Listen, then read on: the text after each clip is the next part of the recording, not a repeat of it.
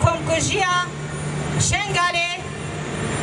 کمکوژی گل افغانستان چه بو تواهی شهیدن آزادیه سرساغی جمال باد شهیداره و بشنا خود بروند طویلن مها تباخی خوشبونا گل کرد به تایبت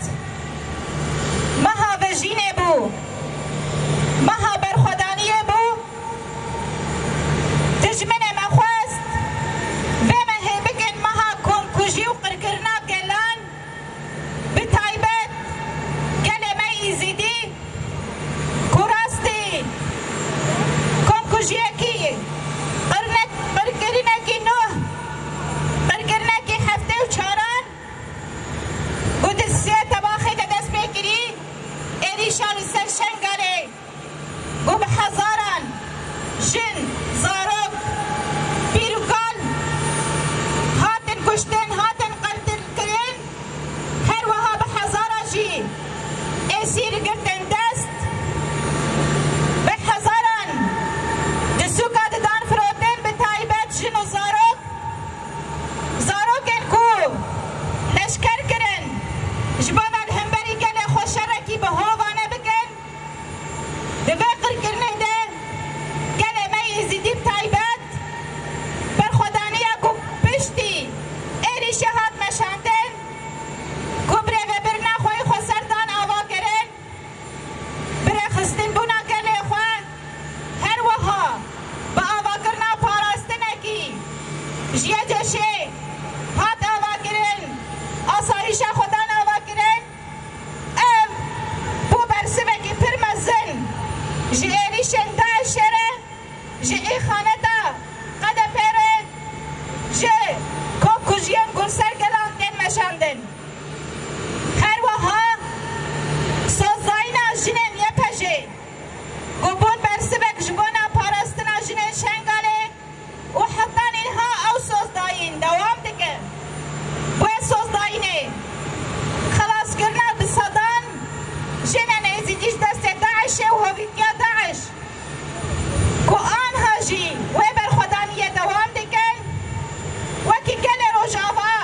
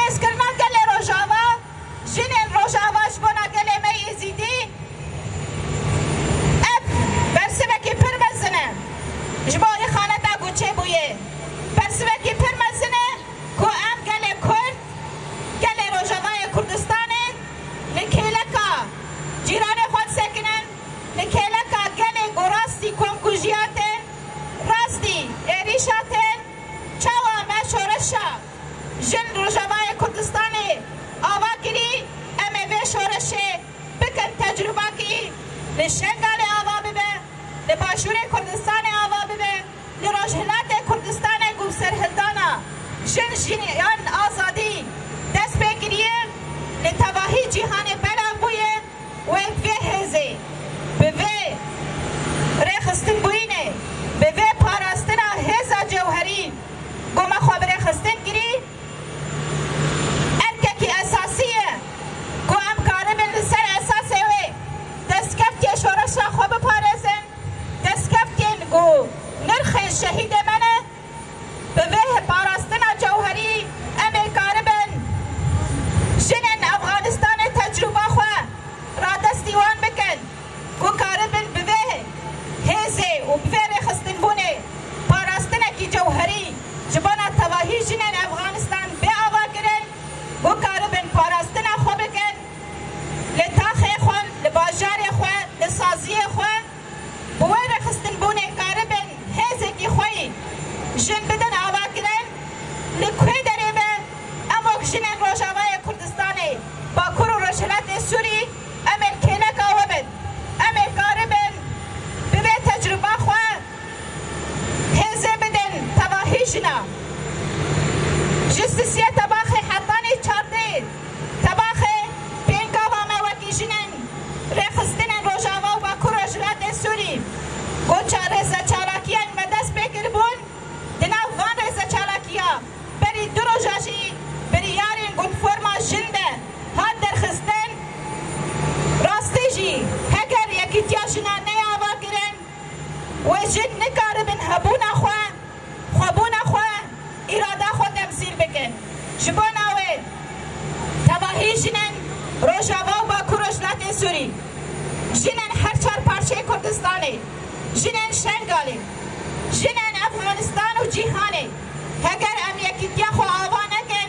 و هر قبلو و خیانت کاربن مبشکینن لبه سکناوی ایرول به قاده به پنگاوا گو کشه که دای آوا اعلان کرن به پنگاوا گو جنن لجیهان دستک دایی به سکناوی امی کاربن هزه کی خوی خورد آوا بکن و دست بمشا آزادیه بکن گو بمشه امی کاربن خوش قرکرنه خلاص بکن امی کاربن خوش ایریش و تندیه خلاص بکن امی کاربن خوش کشتن و انتحاران خلاص بکن جنا برخستن کری هبونا جن لهر دریه جنا برخستن کری ارادا جن و بریارا هر جنه کش بنا آزادیه جنا برخستن کری جن آوا کرنا سیاست راست سیاست اخلاق گو سیاست سر ما پیلانا دیدن من نشاندن وان سیاست والا در بخینن جبر و بوان پینگاوا امی کاربن هین بهتر هزا خوی جن یکی تیا خوی جن بر به آزادیه و بمشن چاوا فلسفه جن جیان آزادی به فکر و فلسفه آره بر آب و هاتی آوا کرن و را دستی مکریه امشی و فلسفه سر مل خورا دکن و ام به مشه بر به آزادیا جنه و آزادیا جواکا خوبت مشن جبان آوه سر هلدانا جیان آزادی و شعار ما و سلوغانا می هر روش به جبان آگو ام به آزادی ام سوگر بکن به تایبت تجرید آگران کنی گر سر بر مدده مشاندن به هبون و به اراده و والا در کبو او تجرید بشکن هگر ام خود اراده و هلوست بن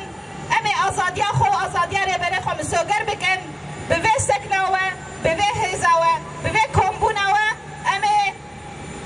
آزادیا ره بره اپا مسوگر بکن جبوناوه جارب دن به تباهی شنو ره خستن این گلوه دره کمبونه سلاوین گرم جبونا ره بره مروفاهی ره بره اپا ره دکن ام دبیجن تکوشین آجن و دوام بکن خطانی آزادیا ره بره اپا مسوگر ببن جبوناوه ام جارب دن باندکن جن جيان آزادي. نستنكر الذكرى التاسعة لمجزرة شنغال التي قام بها العصابات الإرهابية الظلامية الداعشية في 4 آب أو 3 آب. قامت هذه العصابات المسلحة بالهجوم على قضاء شنغال. بعد الانسحاب المفاجئ لقوات البيشمركة للمنطقة، وبقي الشعب مواجها هذه العصابات بأيدي فارغة. وأيضا في شهر آب، هذه هي ذكرى السنة الثانية لعودة طالبان إلى حكم الاستبداد في أفغانستان، قلبت المشهد الأفغاني رأسا على عقب. لهاتين المناسبتين نقول في 3 آب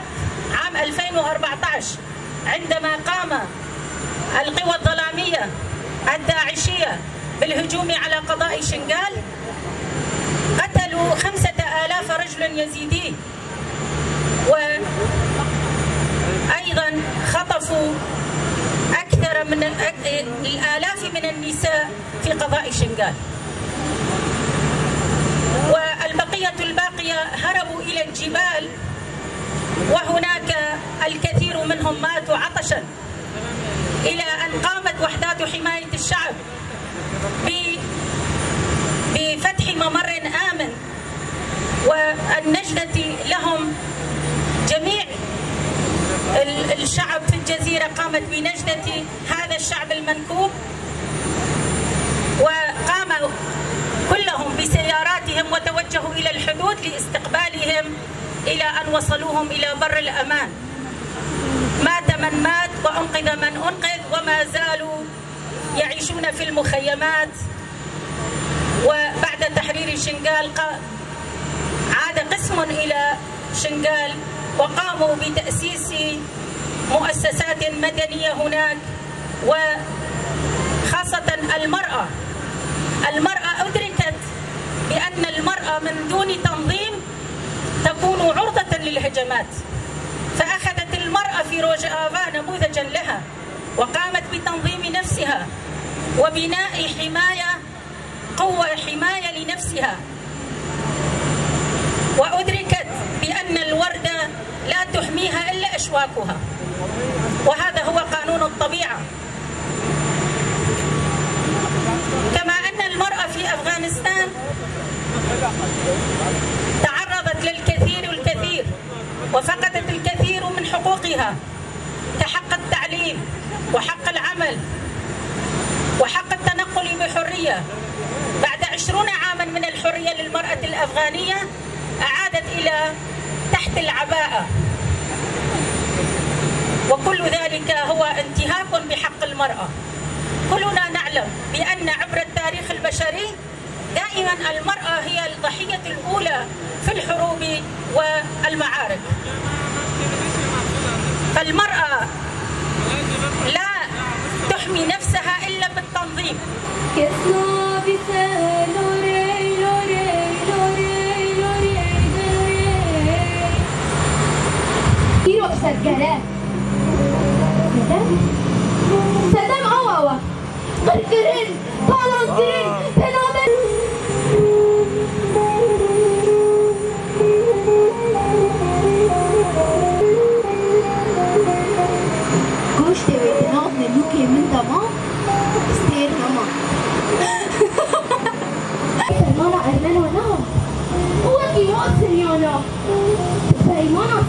Sejfoda